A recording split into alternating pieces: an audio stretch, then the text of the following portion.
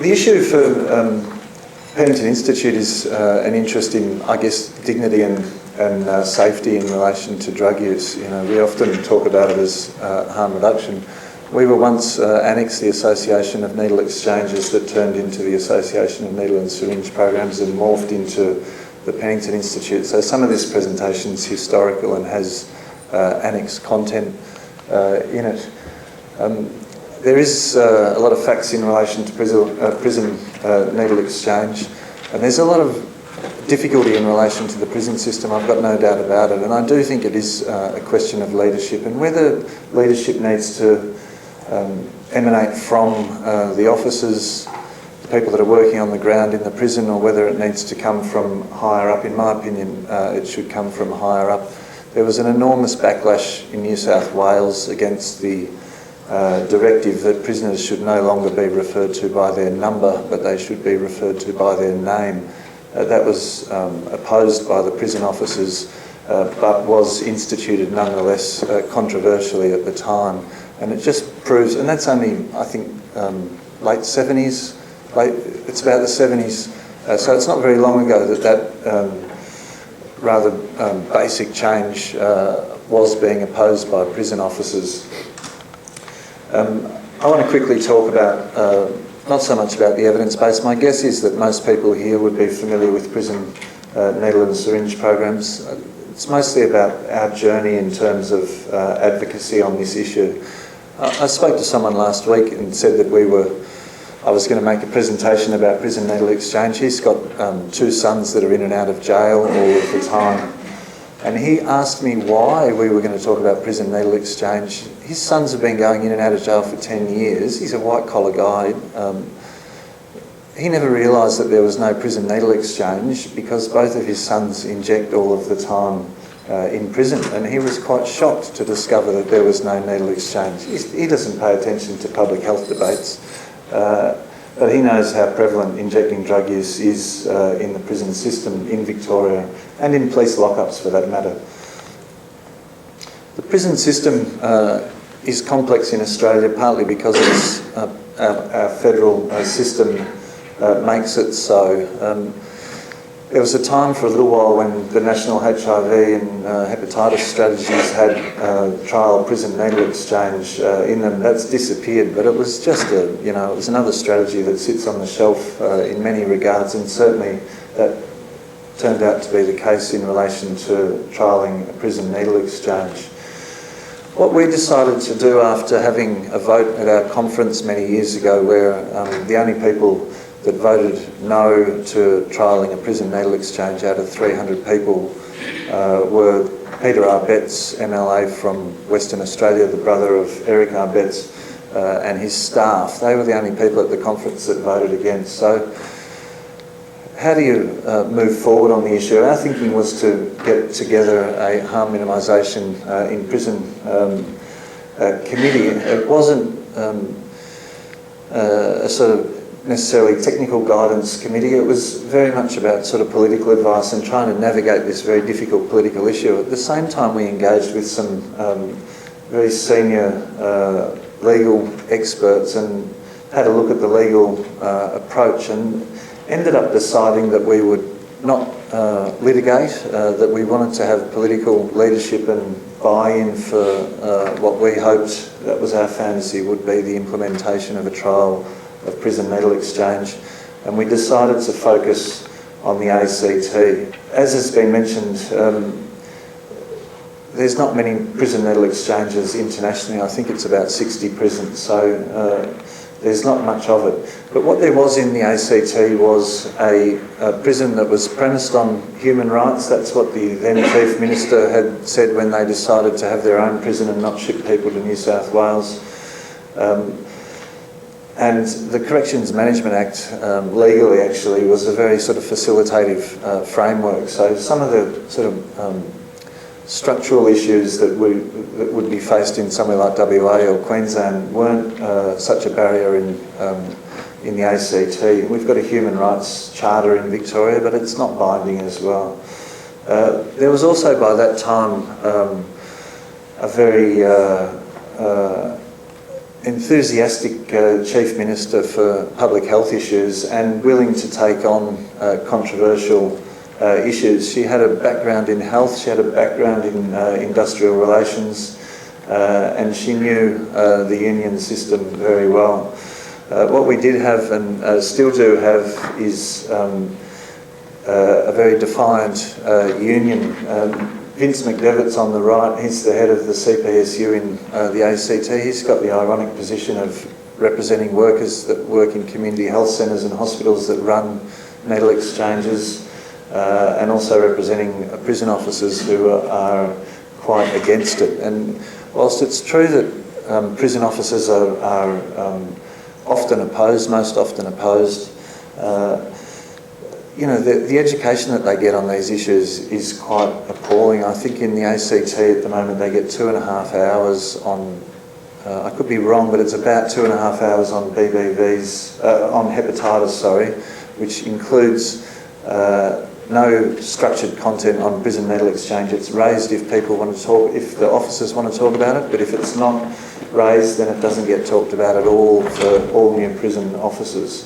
So there is this sort of iconic, terrible episode of Geoffrey Pearce. He was a young 21-year-old officer who was not being properly supervised by management.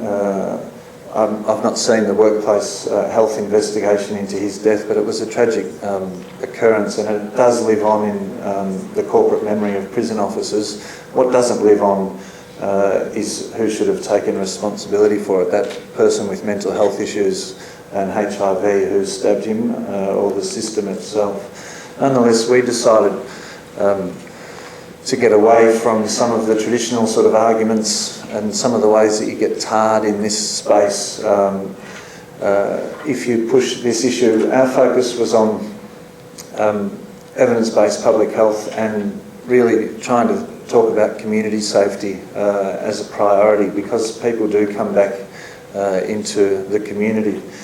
There's been lots of other organisations that have been working in this area, and I looked at this before and could think of several that aren't listed, so my apologies to them, but there's been a number of organisations that have focused on this. We wanted to expand that network and got our chief patron to write to eminent Australians. Sir Gustav Nossel has been the chief patron of Annex and now the Penington Institute for some years. He wrote to a hell of a lot of Australians, and a number of them decided to support our approach. That also informed our media angles in this.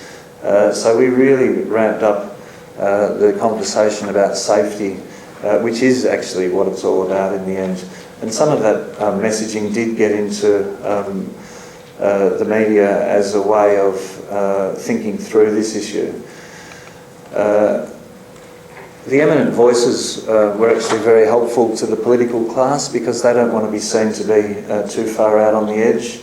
And part of that was on World AIDS Day publishing. It's very hard to read, but it just shows the number of people who signed up, eminent Australians, lots of ACs and AOs, etc., who signed up to publicly support that. And it was courtesy of funding from a few generous NGOs that we managed to buy some space in the Canberra Times.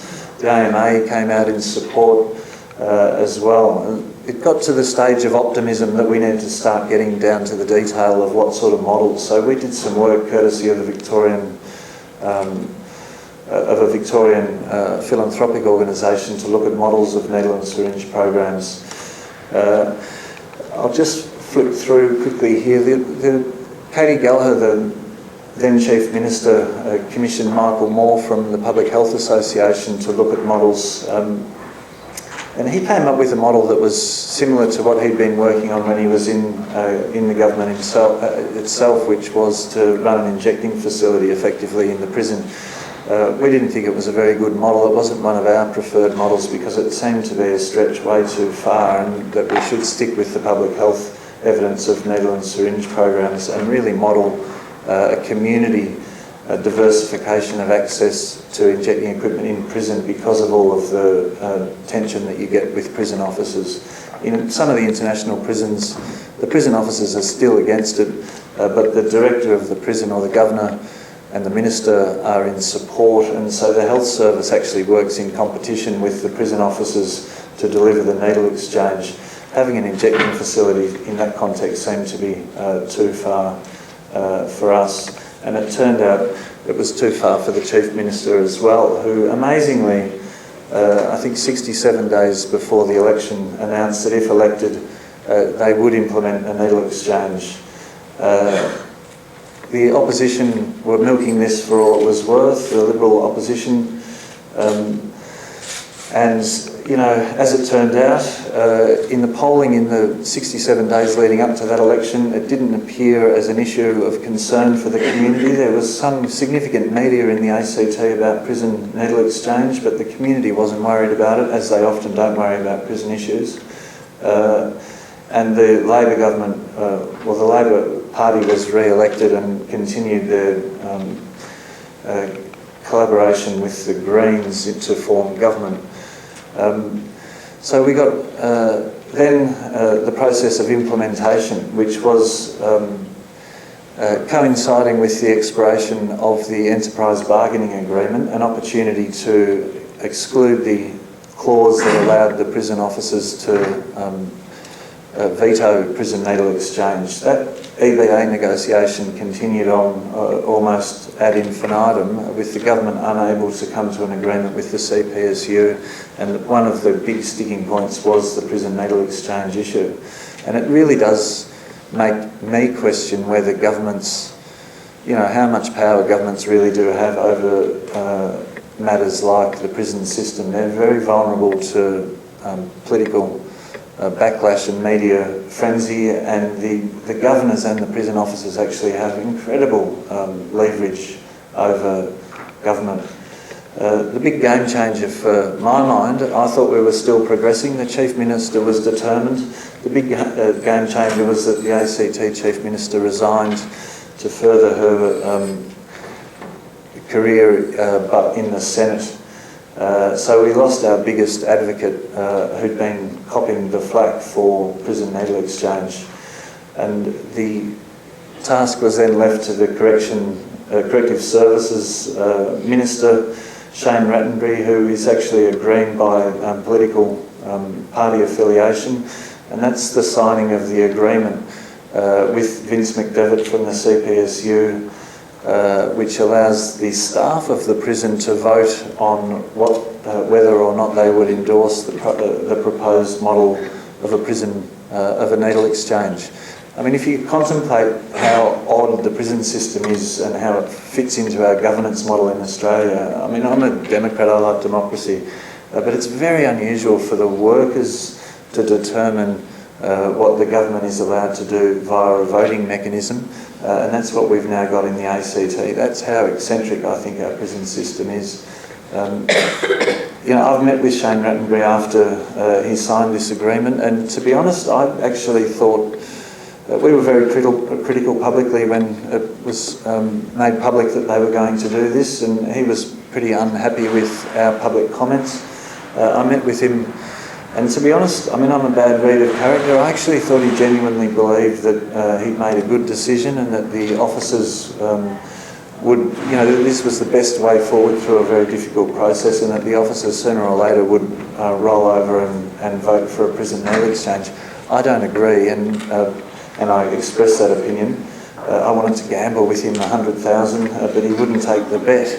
The interesting thing is that, speaking to a few other senior CPSU people, the CPSU think the issue is dead. You know, it's dead and buried with this agreement. But the Minister is an optimist, and he's done some media recently which is talking about the development of these models which will go to a vote, and if the vote's lost, maybe there'll be another vote, maybe there'll be a decade of votes of prison staff about whether to have a prison needle exchange. So, you know, we had a whole lot of opportunities. Malcolm Turnbull said a couple of weeks ago that he's rich mostly because of luck, and I do actually think, you know, it's perfect storm stuff when political opportunities arrive. It's not brilliant management most of the time. It's a combination of factors, but a lot of it is actually pretty random and lucky. We had some luck for a while. We tried to exploit that those opportunities as much as we could. But, you know, the fact of the matter is, with the departure of the Chief Minister, my guess is that the way forward for prison needle exchange in Australia, considering all of the opposition from within the system, is probably more political advocacy, hopefully the right lucky stars aligning. But also there's always that legal issue, and you know, in Canada there's a legal case that's been mounted around prison needle exchange. It's not going to determine our legal approach in Australia, but it will be informative and influential in the way that the Australian law responds to prison needle exchange. So it's not near the end of this argument. There is no end, and even if it was ever implemented in an Australian prison, it would then be a question of keeping on the advocacy in order to continue it.